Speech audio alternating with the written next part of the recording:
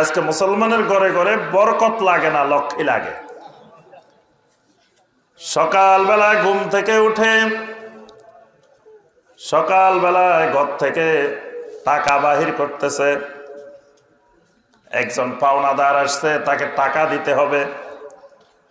টাকা দেওয়ার আগে ঘরের থেকে স্ত্রী বলে দিছে, মা বলে দিছে, ঘর ঝাড়ু দেওয়ার আগে খবরদার কারোরে টাকা দেওয়া যাবে না, ঘর আগে ঝাড়ু দিতে হবে। ঘর ঝাড়ু দেওয়া ছাড়া কাউকে যদি তুমি টাকা দিয়ে দাও তো ঘরের থেকে লক্ষ্মী চলে যাবে। কি বলেন, আপনাদের দেশে আছে না? সকালবেলা ঘর ঝাড়ু দেওয়ার আগে কাউকে ঘরের থেকে টাকা পয়সা কিছু দেওয়া যাবে না। দিলে অসুবিধা কি? ঘরের লক্ষ্মী চলে। তো ঘরের লক্ষ্মী চলে গেলে অসুবিধা কি? লক্ষ্মী থাকার দরকারটা কি? লক্ষ্মী তো চলে যাওয়ার দরকার।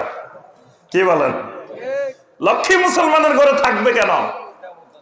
দেবতার নাম, ওই দেবতা মুসলমানের ঘরে থাকবে কেন?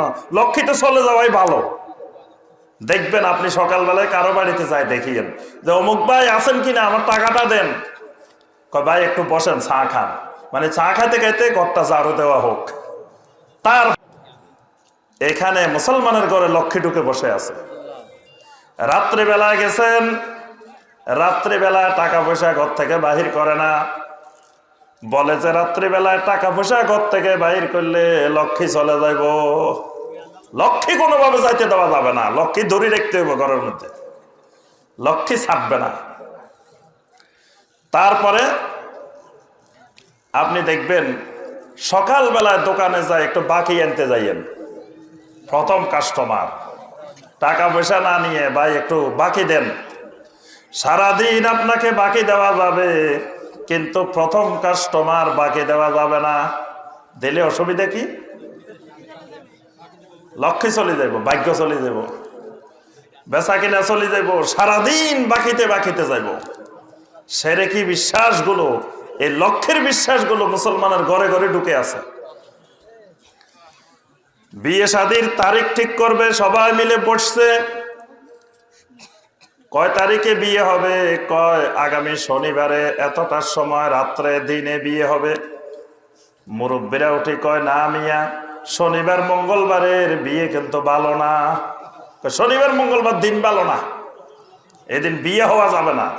বিয়ে হইব কোন দিন? শুক্রবারে, না হয় বৃহস্পতিবারে, না হয় সোমবারে। ওই শনিবার মঙ্গলবার দিন ভালো না। দিন তো সবগুলোই আল্লাহ, 7 দিনে আল্লাহ। শনিবারে বিয়ে হইলে যেই কথা, শুক্রবারে বিয়ে হইলেও একই কথা, বৃহস্পতিবারে বিয়ে হইলেও একই কথা। কিন্তু বিশ্বাস করে বসে আছে যে এই দিনগুলা ভালো না। রবিবারে বাঁশ কিনতে গেছেন, এই পুরা খড়খড়িয়া গ্রাম ঘুরে ফেলান, কোন লোক বাঁশ বিক্রি করবে না, বাঁশ কাটবে না। কাটায়নি আপনাদের দেশে? রবিবারে বাঁশ কাটলে ক্ষতিটা কি? রবিবারে বাঁশ কাটলে বাঁশের মুয়া থেকে লক্ষ্মী চলে যাইব। বাঁশের মুয়ার ভিতরেও লক্ষ্মী বসে দিচ্ছে, এখানেও লক্ষ্মীরে ধরে রাখতে চায়। লক্ষ্মী কোনো জায়গা থেকে যাইতে দেওয়া যাবে না। চা দোকানে বসে এক মুরব্বী আর এক মুরব্বীরে কয় ভাই, আমার মেয়েটা ছিল খুব লক্ষ্মী, মেয়েটা বিয়ে দেওয়ার পরে আমার লক্ষ্মীটা ওই বাড়ির চলে গেছে। আমার বাড়ির লক্ষ্মীটা ওই যে বাড়ির বিয়ে দিছি সেই বাড়ির চলে গেছে। আমার মেয়েটা বিয়ে দেওয়ার পর থেকে আমার আর কিচ্ছু বাড়ে না, টাকা পয়সাও আসে না, কিচ্ছু হয় না, ওই বাড়িতে খালি বাড়তে আছে বাড়তে আছে বাড়তে আছে। আমার বাড়ির থেকে লক্ষ্মী ওই বাড়ির চলে গেছে। তো লক্ষ্মী আপনার বাড়িতে থাকবো কেন, যাইবো কেন? এইভাবে দেখবেন মুসলিমের ঘরে ঘরে আজকে শিরক ঢুকে আছে, মূর্তি ঢুকে আছে, দেবতা ঢুকে আছে। লক্ষ্মী দেবতায় নিজের অজান্তে কোটি কোটি মুসলমান লক্ষ্মী দেবতায় বিশ্বাস করে। ঘরে ঘরে লক্ষ্মী ঢুকে রেখেছে, লক্ষ্মীরে বাইরে যেতে না। কোন কোন গ্রামে আছে সূর্য ডুবার সময় সূর্য যেন কাপড় চোপড় বাহিরে না দেখে, সূর্য ডুবার আগে কাপড় চোপড় ঘরে ঢুকাই ফেলতে হইব। কারণ মহিলাদের কাপড় চোপড় যদি সূর্য ডুবার সময় দেখে যায় তাহলে লক্ষ্মী সব চলে যাইব বরবাদ। এই ঘরে অলক্ষ্মী লাগে যাব, এই ঘরে আর লক্ষ্মী থাকবে না। এরকম একটা দুটা না, দেখবেন এক এক গ্রামে এক এক এলাকায় শত শত এরকম লক্ষ্মী অলক্ষীর বিশ্বাস আছে। আল্লাহ রসুল সাল্লাল্লাহু আলাইহি সাল্লাম স্পষ্ট করে বলছেন, আত্মিয়ারাতু শিরকুন, আত্মিয়ারাতু শিরকুন, আত্মিয়ারাতু শিরকুন। এই লক্ষ্মী অলক্ষীর বিশ্বাস শিরক, লক্ষ্মী অলক্ষীর বিশ্বাস শিরক, লক্ষ্মী অলক্ষীর বিশ্বাস শিরক। নবী সাল্লাল্লাহু আলাইহি সাল্লাম 3 বার বলছেন।